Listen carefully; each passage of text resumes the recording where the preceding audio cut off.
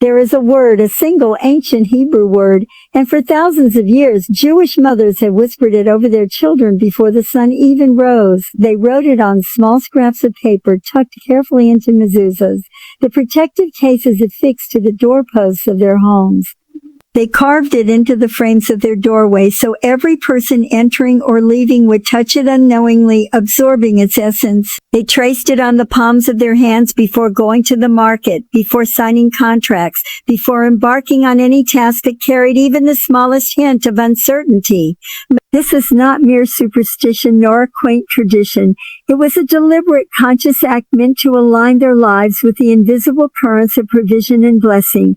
And today I am going to tell you what that word is. But more than that, I am going to tell you why it works, what it truly does, and exactly how to use it so that before tomorrow passes, your life can begin to shift in ways you may have longed for but never fully understood. Most people who hear this will do nothing with it, and that is perfectly fine.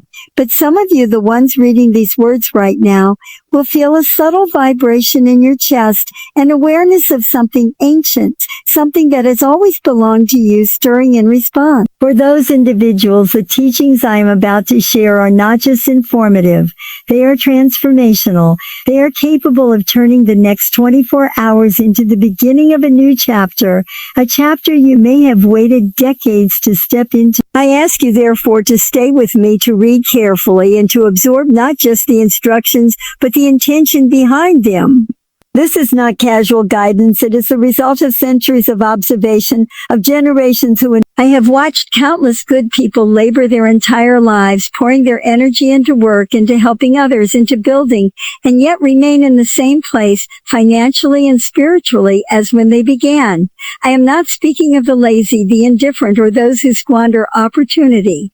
I mean truly good people, people who rise before the sun, who give before they receive, who pray with sincerity, who endeavor tirelessly to improve themselves and the world around them. Yet the money either never comes and vanishes, or seems perpetually just beyond reach. These people begin to wonder if perhaps they are cursed, if maybe they are unworthy of more, if God does not hear their prayers when it comes to provision. And I am here to speak to that feeling, to tell you clearly, the problem is not that you are not working hard enough. It is not that you lack intelligence, moral worth, or blessing.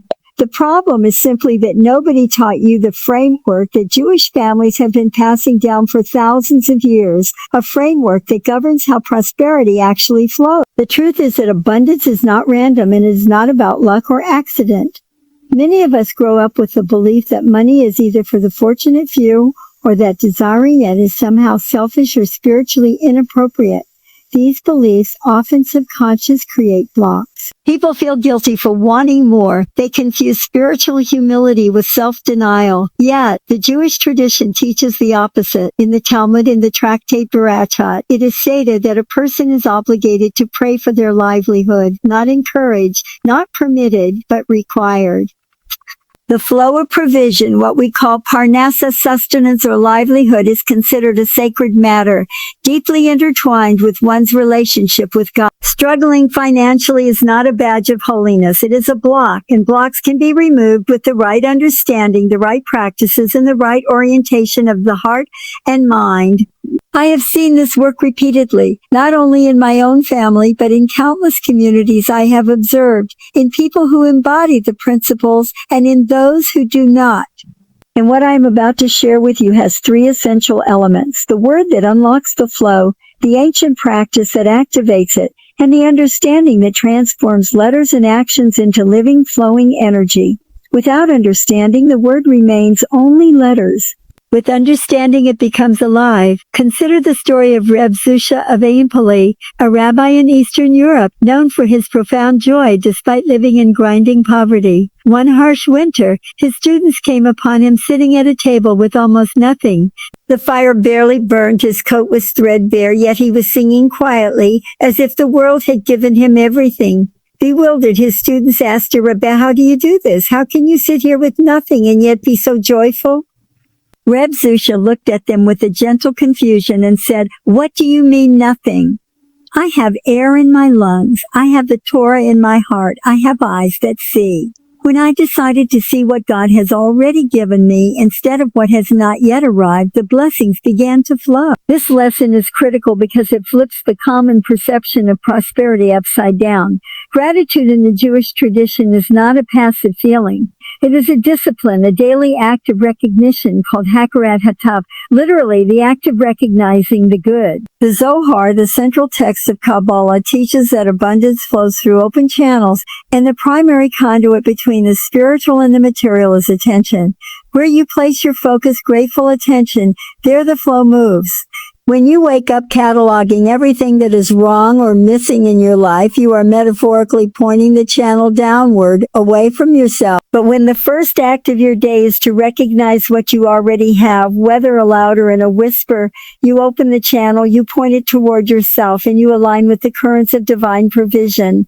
This is why in Jewish homes, the first words upon waking are not requests, not complaints, and not even prayers for material gain. They are the Mod Ani, the morning prayer of thanks, acknowledging the return of root soul with compassion and giving thanks for life itself. Saying these words first sets the tone, opening spiritual channels and aligning the heart for what is already moving toward you. The second critical practice is the act of receiving.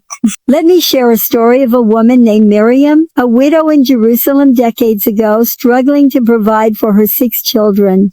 She worked tirelessly sewing dresses for others until her fingers bled, yet could never make ends meet. One day, an elder in the community who had survived trials beyond comprehension sat with her and said, "Miriam, your problem is that you are asking for bread while standing with your back to the bakery." What she meant was profound. Miriam was unconsciously blocking the blessings approaching her. She undercharged, apologized for her needs, refused help, and felt guilt at the very idea of receiving. This insight is deeply embedded in Jewish thought. In Deuteronomy 15:11, the Torah instructs, "You shall surely open your hand." The rabbis interpret this not only as a command to give, but also as a guide to receive.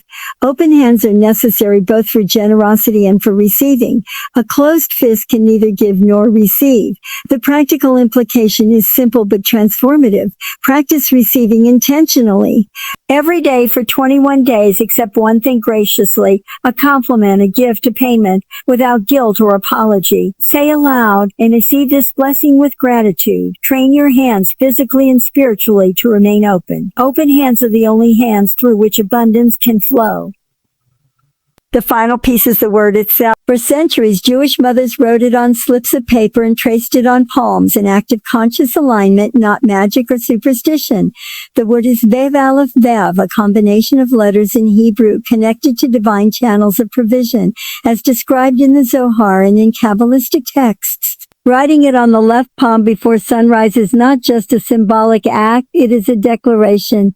You're telling the universe and yourself, "I am aligned, I am open, I am ready, I am a vessel." The left hand is traditionally associated with receiving, and this practice, combined with intention and prayer, opens spiritual and material pathways for blessings already moving toward you. The practice is precise. Upon waking, wash your hands as an act of purification, separating night from day. Then, using either your finger or a pen, write Vav Aleph Vav on your left palm, saying either aloud or internally, "And Master of the Universe, I open my hand and heart to receive the abundance that is prepared for me.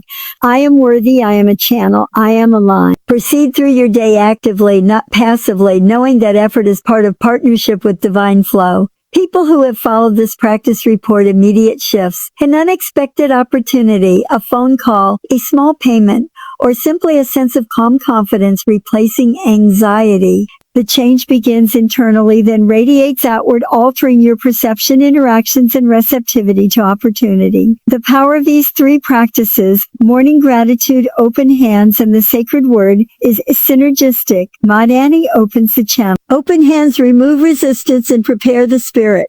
Writing Vav Aleph Vav aligns intention with divine energy. Together they create what Kabbalists call a rishimu, an impression, a mark not just on your hand, but on the fabric of your day. you are beginning differently, and the day responds. This is not wishful thinking. It is a tested system refined across centuries of hardship, exile, and persecution, sustaining communities and guiding them toward resilience and provision.